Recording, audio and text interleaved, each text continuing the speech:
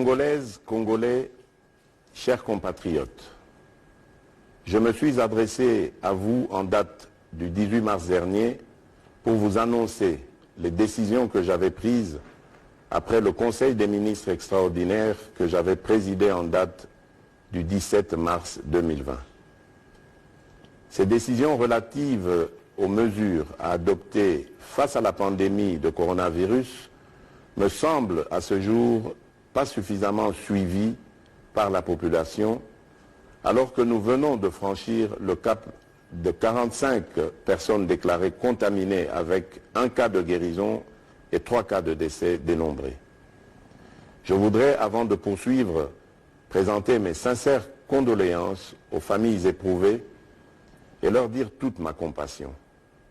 J'ai instruit d'ores et déjà le gouvernement de prendre en charge tous les frais d'obsèques des disparus.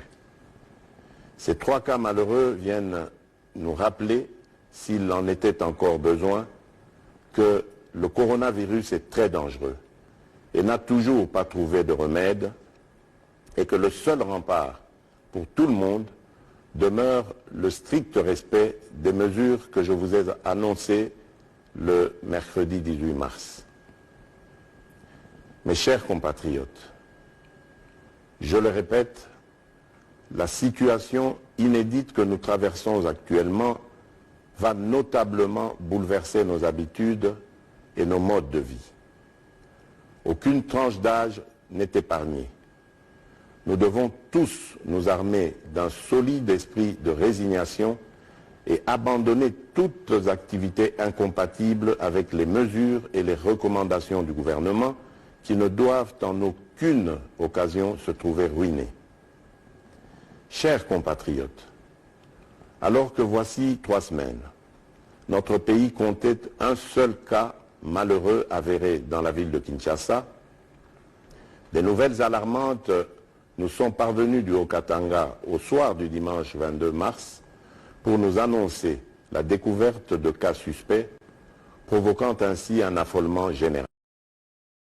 Je voudrais informer la nation tout entière qu'après analyse des échantillons des 2 cas de Lubumbashi par le laboratoire INRB à Kinshasa, ceux-ci ont été testés négatifs. Il sera procédé à l'analyse du 3e échantillon attendu dans les heures à venir. Je tiens à encourager la population de la ville de Lubumbashi pour la discipline qu'elle a observée depuis, ce qui doit être valable pour l'ensemble de notre pays en respectant les gestes barrières énumérés par le ministère de la Santé. Toutefois, au regard de la tendance de la propagation de la pandémie du coronavirus, je ne doute point qu'un émoi effroyable gagne de plus en plus nos populations et qu'il faille par conséquent renforcer les mesures prises le 18 mars 2020 tout en intensifiant les campagnes de sensibilisation, non seulement du gouvernement, mais aussi de la part de chacun de nous, en donnant la bonne information. C'est aussi l'appel à la nécessaire cohésion que j'ai lancé le 18 mars dernier. Au regard de la gravité de la situation, face à l'urgence et à la crainte que la propagation ne s'accélère et ne devienne plus inquiétante, d'autant plus que la plupart des personnes infectées étaient en contact avec des parents et bien d'autres personnes, j'ai décidé de prendre les mesures complémentaires ci-après qui sont d'application immédiate. Interdiction de tous les voyages de Kinshasa vers les provinces et des provinces vers Kinshasa afin de permettre le confinement de la ville de Kinshasa, foyer de la pandémie.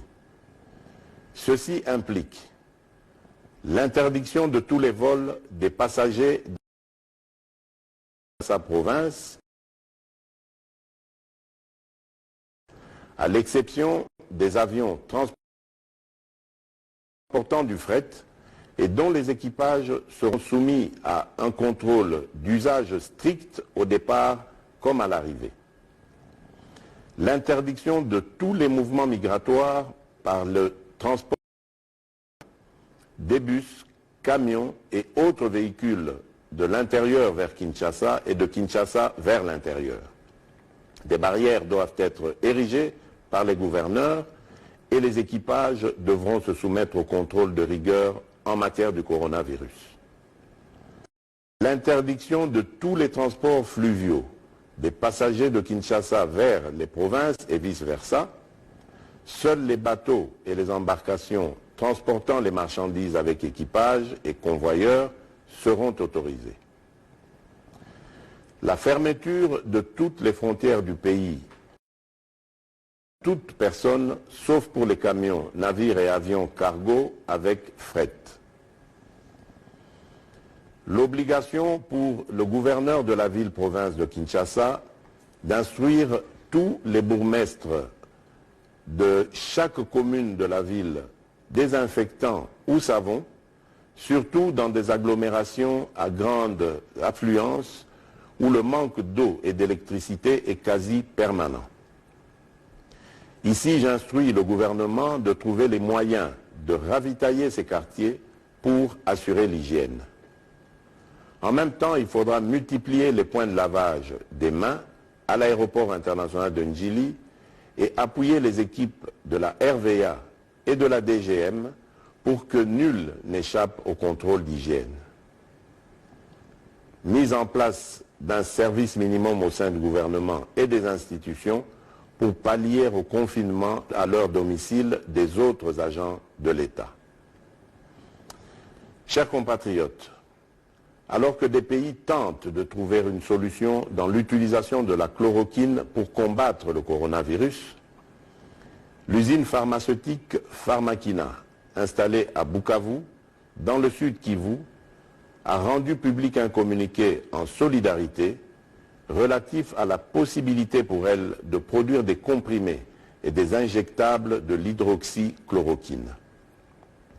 Même si tous les scientifiques n'ont pas encore marqué leur unanimité, la task force que je dirige devra, ensemble avec la commission de pilotage, réfléchir sans délai sur les contours de l'opportunité d'une pareille démarche susceptible à pouvoir contribuer à endiguer le coronavirus. Il est urgent en effet que soit produite une quantité industrielle de la chloroquine qui semble avoir montré son efficacité jusqu'à ce jour dans certains pays. Dans le même ordre d'idées, j'instruis le gouvernement d'étudier le souhait des opérateurs économiques et autres partenaires qui se sont proposés d'inonder le marché de Kinshasa de vivres de première nécessité et de produits pharmaceutiques jusqu'en mai prochain et d'y réserver une suite favorable avec diligence.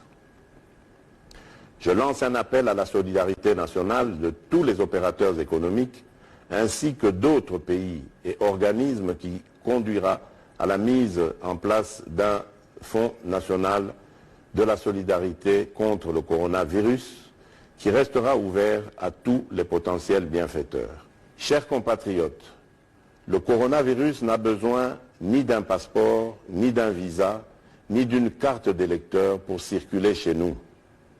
C'est nous qui circulons avec et qui devons comprendre que nous nous trouvons dans une situation de guerre face à un adversaire invisible. Une guerre asymétrique aux conséquences désastreuses que nous pouvons éviter. Et dans une période d'épreuve et d'incertitude comme celle que nous traversons, il est nécessaire que chacun soit appelé à prendre au sérieux cette pandémie et à observer toutes les mesures décidées. Bien obligé, je réquisitionnerai les unités de la police nationale congolaise et celles de nos forces armées, afin d'organiser des patrouilles mixtes pour faire respecter ces mesures pour le bien de tous. J'en appelle une sacrée de la nation, car c'est ensemble que nous nous en sortirons. Je tiens à remercier les bureaux des deux chambres du Parlement qui ont participé à la réunion interinstitutionnelle que j'ai convoquée ce lundi 23 mars 2020 pour leur esprit patriotique et la célérité avec laquelle ils ont examiné positivement les mesures que je viens d'annoncer. Enfin, devant la gravité et le caractère dangereux que comporte cette situation, je décrète l'état d'urgence en tenant compte de la situation sécuritaire qui prévaut en ce moment dans notre pays en rapport avec la pandémie à coronavirus. Que Dieu protège la République démocratique du Congo. Je vous remercie.